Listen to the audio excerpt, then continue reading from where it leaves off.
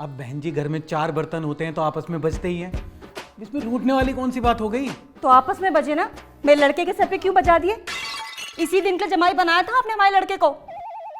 कौन कह रहा है? किसने बजाया? देखिए सासू माँ, मुझ पे ना फालतू के इल्जाम मत लगाइए।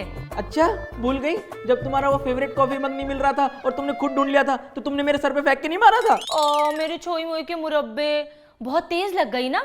मर तो नहीं गया कहीं? देखो भाई साहब, सबके सामने ऐसे बात कर रही है तो अपने घर में क्या ही हाल करती होगी मेरे फूल से बच्चे का। नहीं नहीं बहन जी, ऐसा बिल्कुल नहीं है। हम विशाल को जमाई नहीं बेटे की तरह रखते हैं। बैठा है, पूछो इससे। अरे आपका ख्याल रखने से क्या होता है पापा जी? जिसको रखना चाहिए वो तो रखती नहीं है। देखो मेरे पास इतना फालतू का टाइम नहीं है कि मैं पूरा दिन ऑफिस में दिमाग खपाऊं और उसके बाद आके तुम्हारे साथ रोमांस करूं। शादी के बाद गए तो थे गोवा, अब जिंदगी भर यही थोड़ी ना चलेगा। बेटा पैसा ही सब कुछ नहीं होता जिंदगी में, पति पत्नी को एक दूसरे के साथ समय भी बिताना पड़ता है। मगर बहन जी आजकल का लाइफस्टाइल भी तो देखो कितना व्यस्त हो गया है।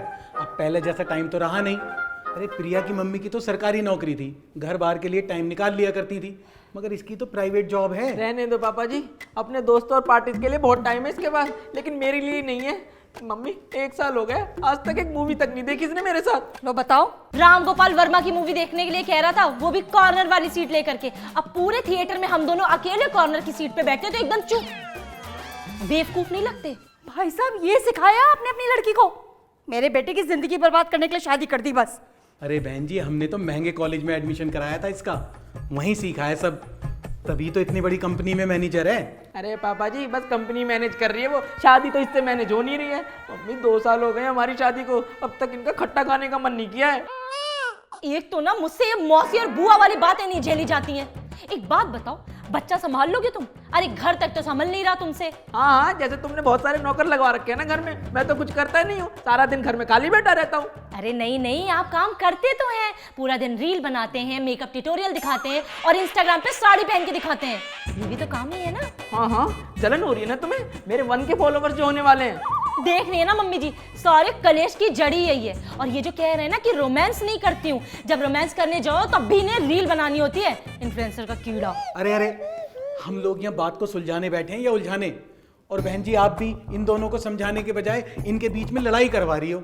एक बात बताओ, जब आपके और भाई साहब के बीच कहासुनी हो जाया करती थी, वो घर छोड़ के चले जाते थे क्या? नहीं ना। और इनकी उम्र ही क्या है, और ये दोनों तो अभी बच्चे हैं। अगर इन्होंने कुछ ऊंच नीच कर दी तो देख लो, इसमें आपके बेटे की भी बदनामी है। बाकी तो आप समझदार हैं ही। बात तो सही कह रहे हैं भाई साहब आप 1 मिनट दीजिए, मैं भी आई। चल। कहाँ? चल ना चल। पापा आजकल इसकी जबान पे ज्यादा नहीं चलने लग गई है?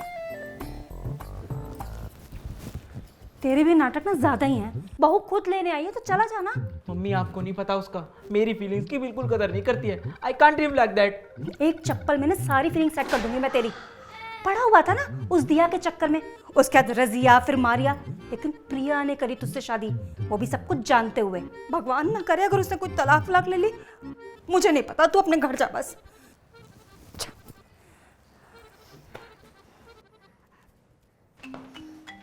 बेटा मैंने ये सब समझा दिया है, शिकायत का कोई मौका नहीं देगा, लेकिन बेटा तुम भी अपना पत्नी धर्म। बहन जी मैंने भी प्रिया को अच्छी तरह समझा दिया है, अब ये विशाल को पूरा समय दिया करेगी।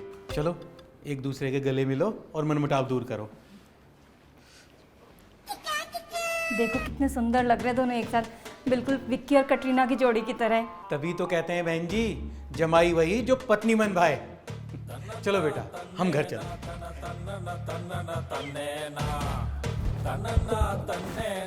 नमस्ते भाई साहब।